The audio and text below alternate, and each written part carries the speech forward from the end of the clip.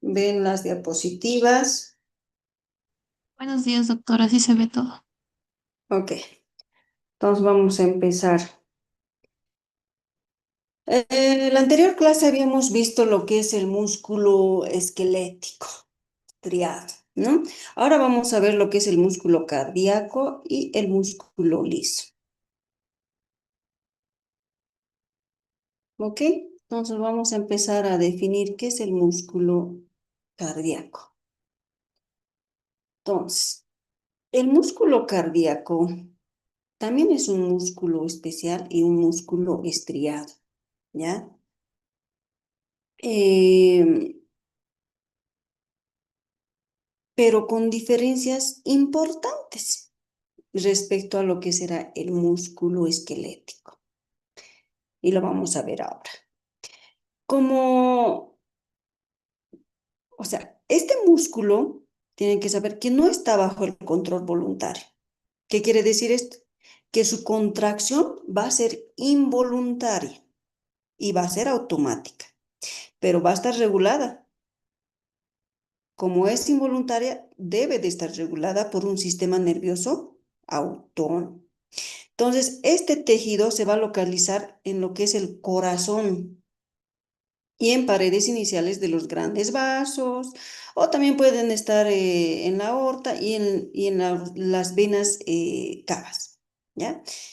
Ahora, la célula de este músculo cardíaco es denominada miocardio, que va a formar la masa muscular del corazón y está compuesta ¿por qué?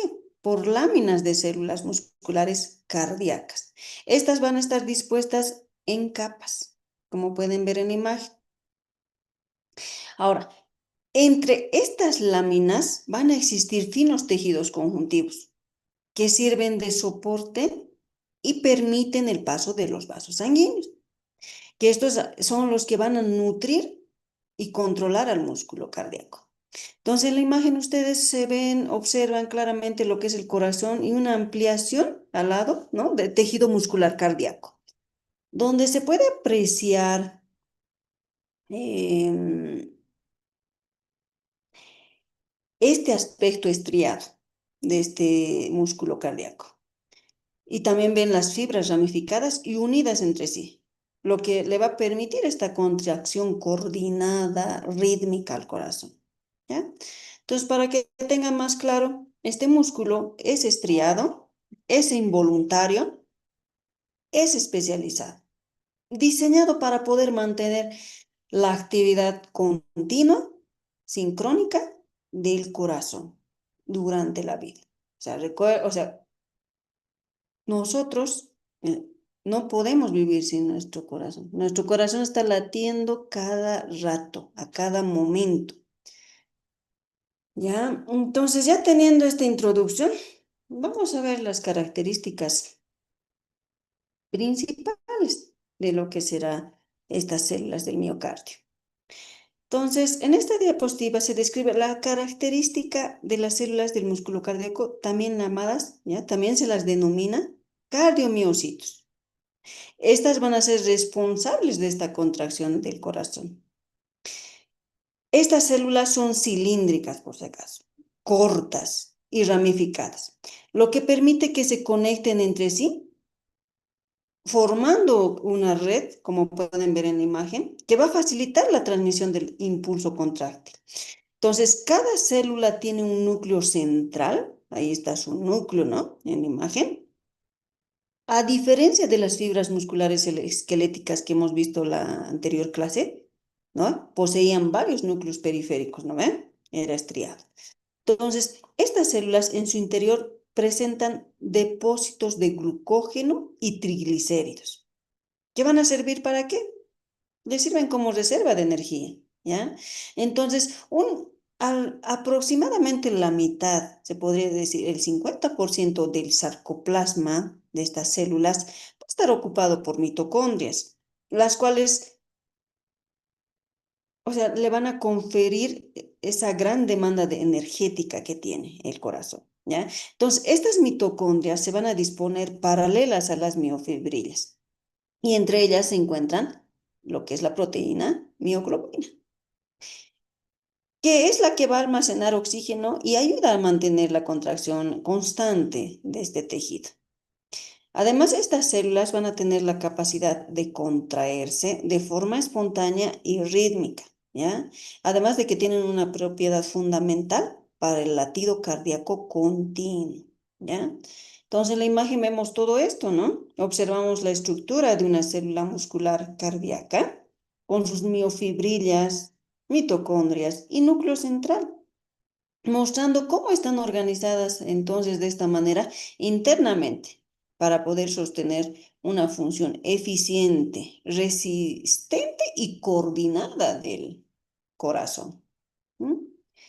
Ahora, vamos a continuar viendo las características, pero ya desglosándolas, ya adentrándonos un poquito más a lo que son las características. Entonces, dentro de las características más importantes del músculo cardíaco, ¿ya? Se encuentra la presencia de los discos intercalares, ¿ya? Ahora, la presencia de estos discos intercalares en las células del músculo cardíaco, ¿qué es lo que pasa?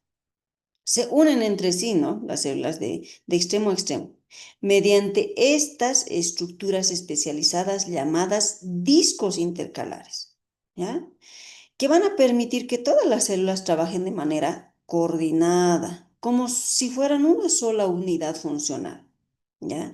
Estos discos intercalares están formados por tres tipos principales de uniones. Uno, el desmosoma, como pueden ver en la imagen. Estos van a asegurar que la adhesión sea fuerte entre sí, entre las células, evitando que se separen durante la contracción. También van a estar unidas por uniones tipo gap, ¿ya? Que son nexos que permiten que exista un intercambio de iones y señales eléctricas entre estas células, que van a hacer que se facilite la propagación del impulso nervioso de una célula a otra célula, ¿no? Entonces, en la imagen ustedes pueden ver cómo estas fibras cardíacas se conectan entre sí mediante los discos intercalares. Ahí ven en la imagen con la flechita los discos intercalares, visibles como líneas oscuras, ¿no? Dispuestas de manera transversal. Estas uniones van a ser esenciales para mantener la sincronía del latido cardíaco, ¿ya? Van a permitir que el corazón se contraiga como un todo, o sea, y de manera coordinada y continua, ¿ya?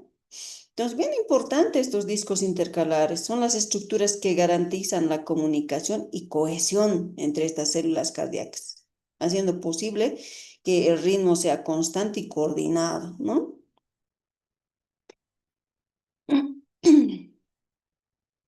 Entonces, continuamos con estas características de los discos intercalares. Aquí vamos a ver a detalle la estructura de estos discos intercalares, ¿no? Del músculo cardíaco. Cómo se organizan, ¿no? Sus diferentes partes para poder mantener esta unión, esta comunicación entre las células cardíacas.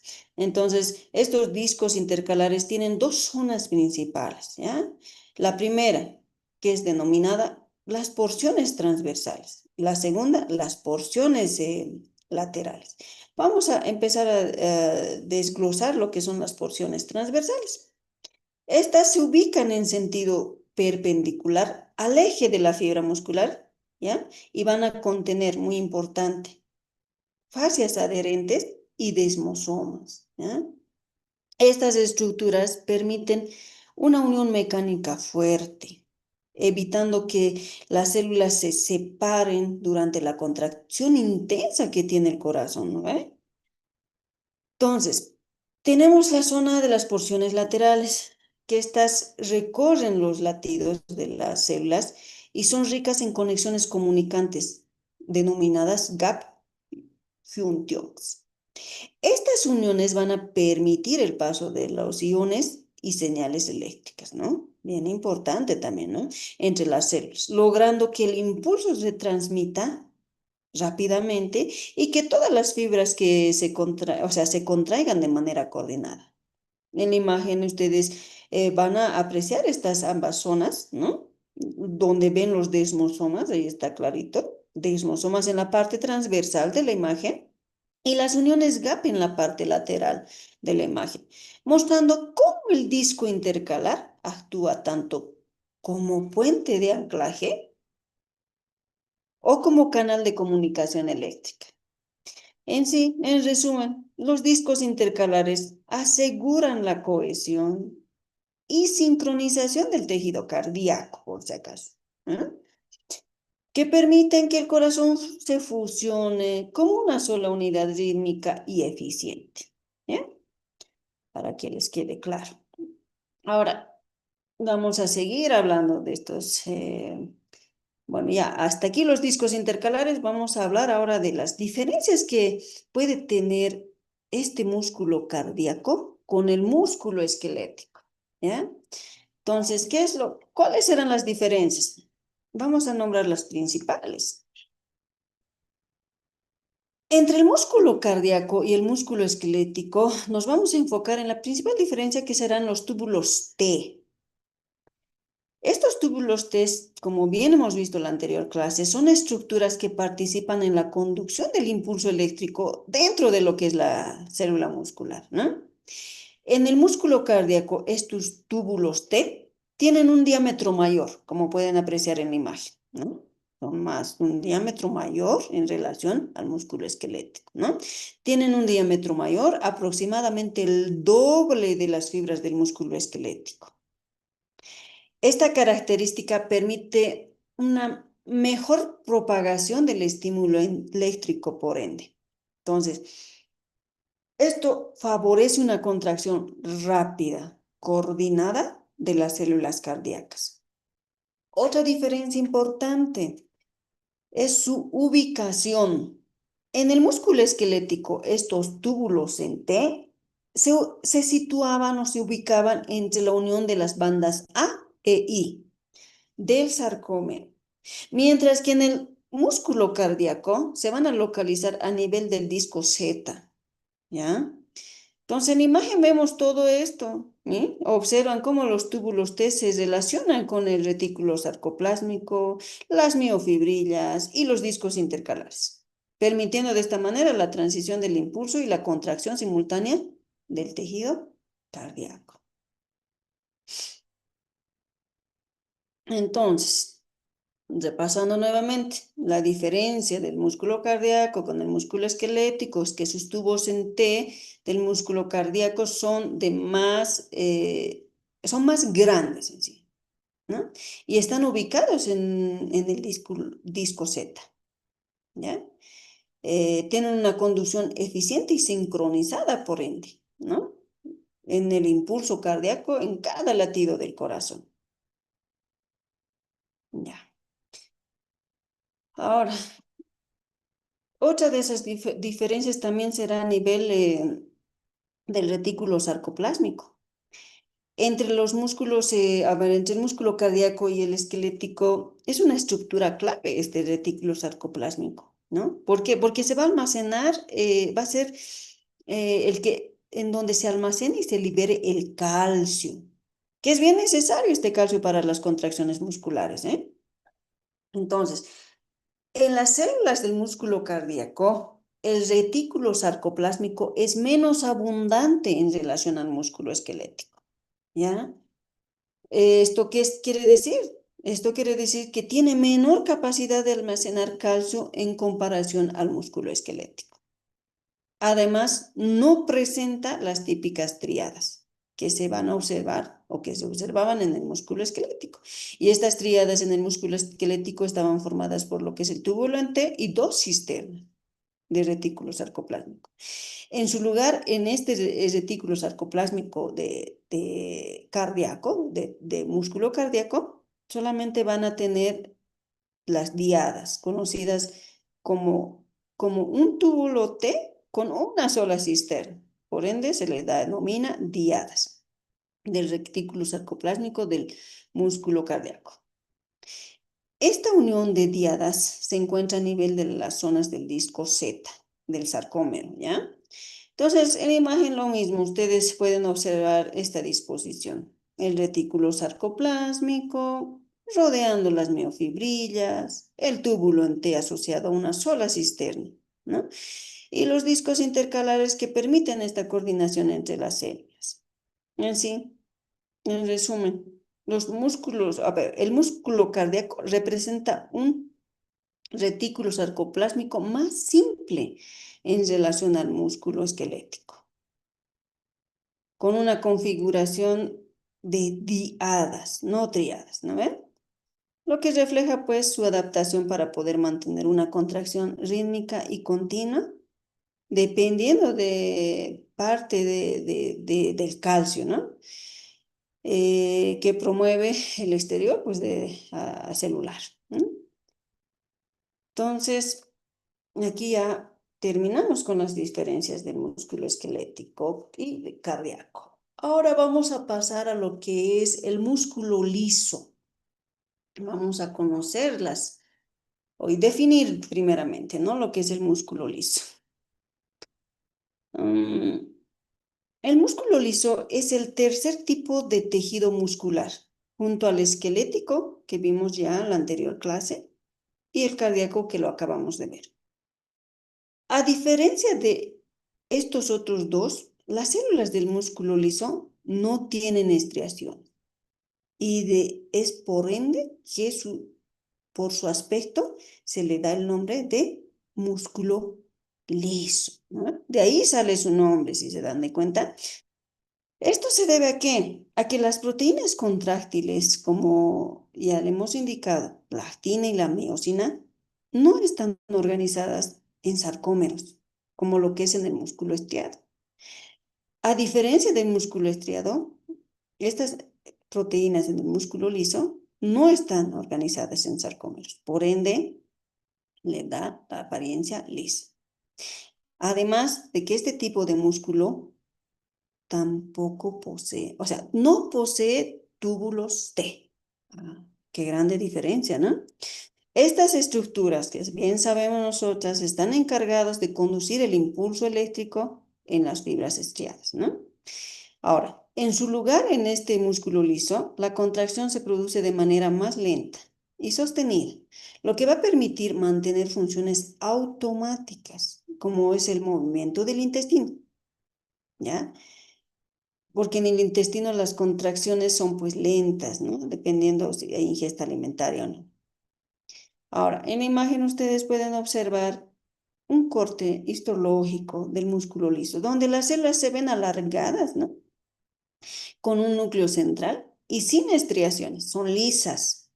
Ahora, en la otra imagen, ven una ilustración o sea, a la derecha, muestra una presencia en las paredes del tubo digestivo de este músculo liso, donde sus contracciones permiten el desplazamiento del contenido intestinal en sí, ¿no?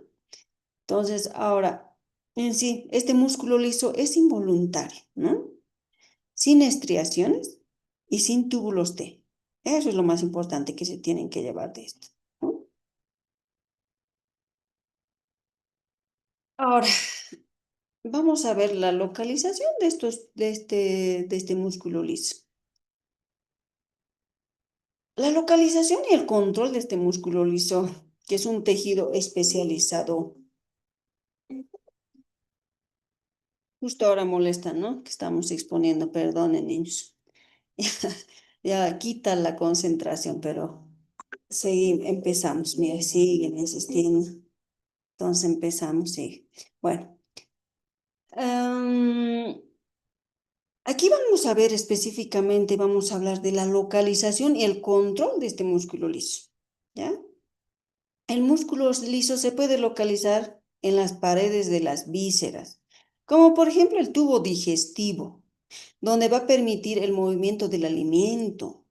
También se puede estar localizado en el aparato reproductor y urinario, en donde ayuda el paso del fluido, ¿no? De fluidos. También puede estar en las paredes de los vasos sanguíneos y vías respiratorias, ¿ya? Donde regula el flujo de sangre y aire. También se puede encontrar en los conductos de las glándulas y otros órganos internos, ¿ya? A diferencia del músculo esquelético, este músculo liso no está bajo un control voluntario. ¿Qué quiere decir esto? No puede moverse de manera consciente. Entonces su actividad estará regulada por el sistema nervioso autónomo. Así como, por ejemplo, hormonas, ¿no? Tenemos un ejemplo como las bradicininas, digamos, las hormonas, ¿no? Ahora, en la imagen ustedes observan todo eso, la localización, los ejemplos de ubicación de este tejido liso.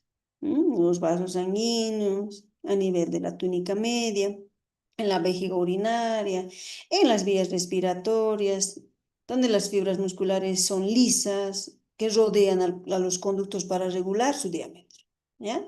Entonces, llévense de esta diapositiva que el músculo liso permite funciones automáticas vitales, ¿no? Como es en el proceso de la digestión, la circulación, la respiración, ¿no?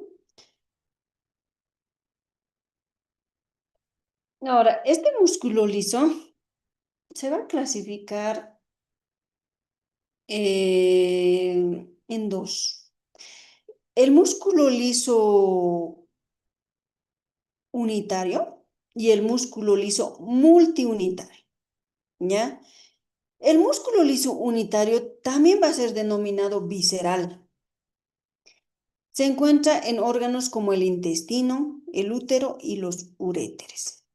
Este tipo de células están unidas entre sí por uniones, ¿ya? Denominadas estas uniones como gap junctions, lo que va a permitir que el impulso eléctrico se transmita de una célula a otra. Y esto hace que todas se contraigan como una sola unidad, ¿ya?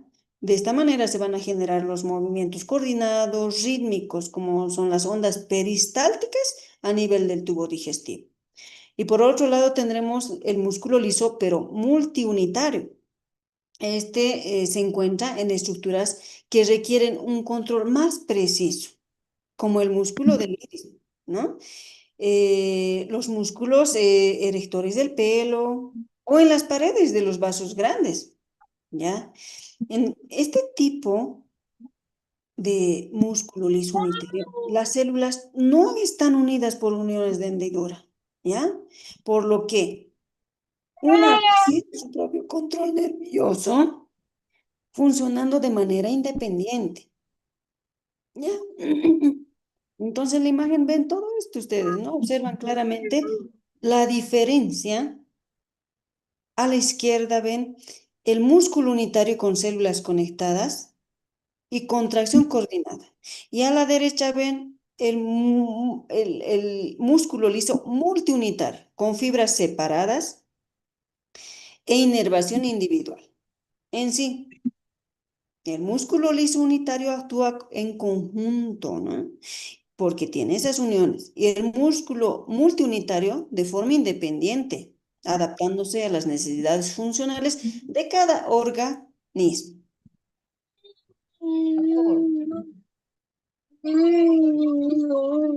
Ahora, les voy a pedir por favor que bajen, o sea, que apaguen el micrófono. ¿Está prendido de alguien? Compañera Samantha, tu micrófono está prendido. Vamos a pasar a la clasificación ya. Vamos a adentrarnos un poquito más, ¿no? Vamos a ver específicamente la clasificación del músculo liso unitario. Ah, también conocido, ya hemos dicho, como liso visceral, que es el tipo más común dentro del cuerpo. Este tipo de músculo, ya en este tipo de músculo, las membranas plasmáticas de las células están unidas por uniones comunicantes o también denominadas gap junctions, lo que va a permitir que el impulso eléctrico pase fácilmente de una célula a otra. Y gracias a eso, ¿no? Las células se contraen todas al mismo tiempo, actuando como una sola unidad funcional de esta manera, por ende, ¿no? Entonces, las fibras nerviosas en este músculo no se conectan con cada célula individualmente, sino que forman una sinapsis con solo algunas fibras, ¿ya? Y el impulso se propaga al resto a través de las uniones celulares. Por eso que las células del músculo liso unitario pueden contraerse de forma independiente, ¿ya? Coordinada y rítmica. En la imagen ustedes observan, ¿no? La comparación entre el tejido visceral unitario, donde las células están conectadas de manera coordinada, y el tejido multiunitario, donde cada célula funciona de manera más aislada, ¿no? Ahí ven. Entonces, este músculo liso unitario está diseñado para producir movimientos automáticos y coordinados, ¿ya? Esto va a hacer que se garantice el desplazamiento de sustancias dentro de órganos, como por ejemplo el intestino. ¿Mm? Ahora vamos a pasar a ver la otra clasificación, que es el músculo liso, pero ya multiunitario. Entonces, a ver, vean, en la imagen se compara el tejido visceral unitario, donde las células están interconectadas con el tejido multiunitario, ¿no? Donde cada fibra muscular se inerva. Se inerva. Niños, por favor, necesito que apaguen. Levanta el bebé, ¿qué pasa? Levanta tu bebé, levanta tu bebé, aquí tu bebé. Señora, ¿se puede apagar su micrófono? Bueno, vamos a seguir. Voy a tratar de hablar más fuerte. Entonces, a diferencia del músculo liso unitario, en el multiunitario, cada célula muscular tiene su propia inervación. Es decir, que cada una recibe un estímulo nervioso individual, ¿ya?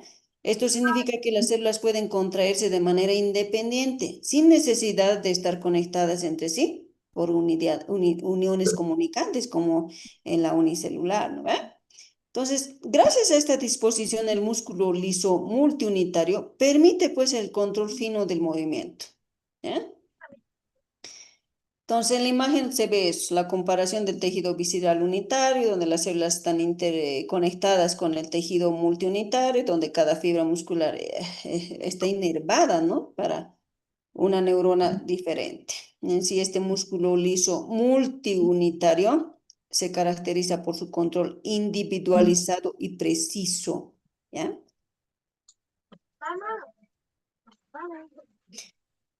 Tenemos otras características también de esta célula del músculo liso, ¿ya?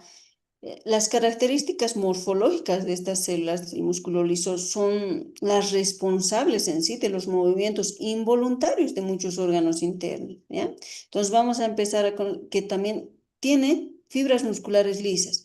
Y estas son células alargadas, como pueden ver en la imagen. Estas fibras musculares lisas las forman las células con una estructura, con una forma de uso. ¿Qué quiere decir esto? Más ancho en el centro y más delgadas en el extremo.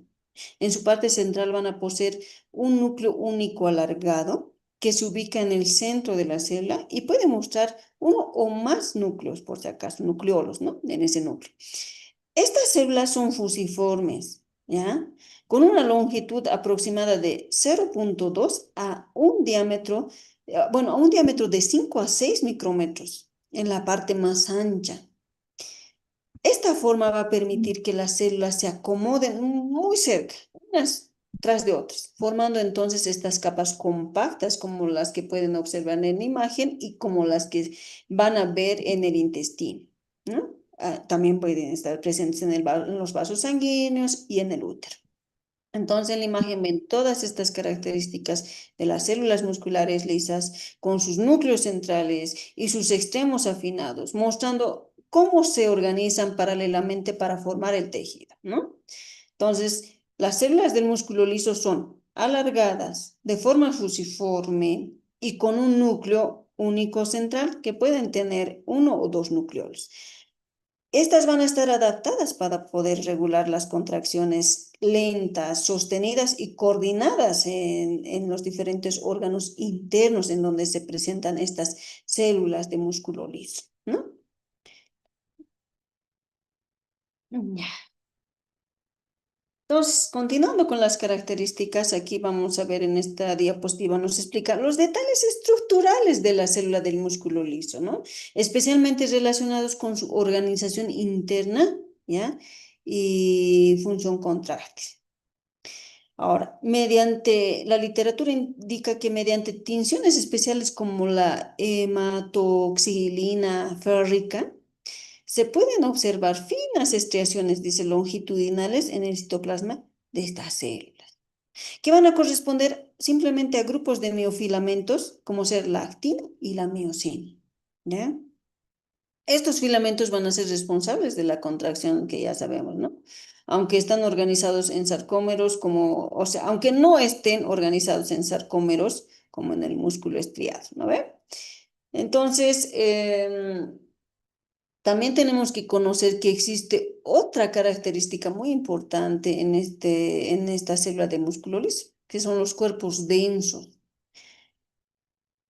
que fusionan. Estos cuerpos densos van a fusionar de manera similar, o sea, mm, funcionan similar a los discos Z del músculo estriado.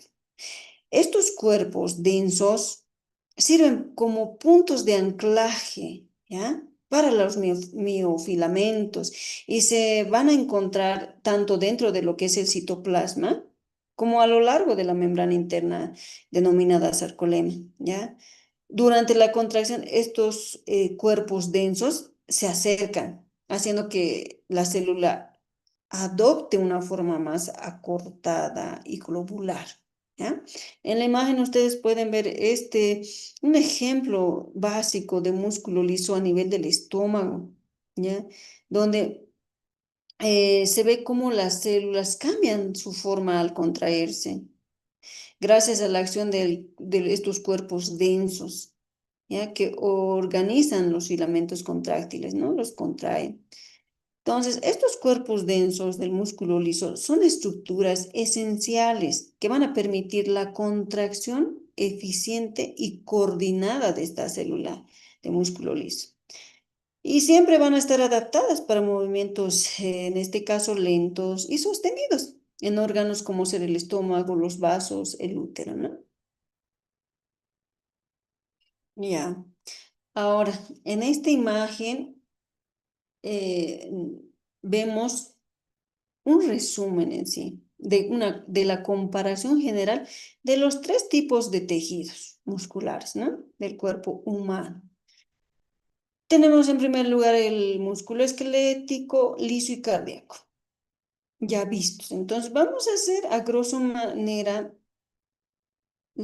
o sea, vamos a ver la diferenciación de cada tejido muscular, ¿no? Entonces vamos a ir primero por el músculo esquelético. Vamos a empezar a ver las características principales, tipo de célula, histológicamente cómo se los observa, ¿no? Entonces, en el músculo esquelético está formado por fibras largas, ¿no? Cilíndricas, estriadas, o sea, nucleadas, ¿no ve? Como pueden ver en la imagen. Su control es voluntario, es decir, que se mueve por decisión consciente. Se encuentra unido al esqueleto y eso permite el movimiento corporal. Entonces, en la imagen histológica y un cortecito, se observa que estas estriaciones transversales, ¿no? Eso que le da la característica y su nombre, característico de este tejido esquelético. Y los núcleos ubicados en la periferia de las fibras. Ahora vamos a pasar a ver el músculo liso. Sus fibras son fusiformes, en forma de huso. Ya hemos dicho cuál es la forma de huso, ¿no? Son lisas y con un solo núcleo central. Su contracción es involuntaria. Había sido diferente, ¿no? Al músculo esquelético. Controlada por el sistema nervioso autónomo. ¿Dónde se va a localizar? En las paredes de los órganos internos, como por ejemplo el intestino, los vasos sanguíneos, el útero. Ahora, en un corte histológico, ¿cómo se observan? Se observan células estriadas y con núcleos alargados en el centro. Ahora pasamos a ver la diferencia del músculo cardíaco, donde vemos que presenta fibras estriadas, ramificadas y con un solo núcleo central, ¿no es? Es involuntario y se encuentra solo en las paredes del corazón. En el corte histológico observan estriaciones, ¿no? Y discos intercalares que permiten esta unión, la sincronización entre las células. Así, este es un resumen, ¿no? Esta diapositiva permite que puedan identificar las diferencias estructurales, funcionales entre los tres tipos de músculo. El esquelético se mueve voluntariamente. El liso actúa de forma automática en vísceras y vasos. Y el cardíaco combina, si se dan de cuenta, características de ambos, adaptado siempre, ¿no? A una contracción continua y coordinada en el corazón, ¿no? Entonces, ahí concluimos con el tema. Y nos vemos pues a la otra semana, ya con otro tema, pero este tema es un tema corto, bonito, y pues ya lo hemos concluido. Hemos terminado antes, pero pues es que no hay más de qué hablar, ya está todo dicho. Entonces me despido, nos vemos a la otra semana, a la misma hora. Gracias, doctora. Hasta luego. Hasta luego.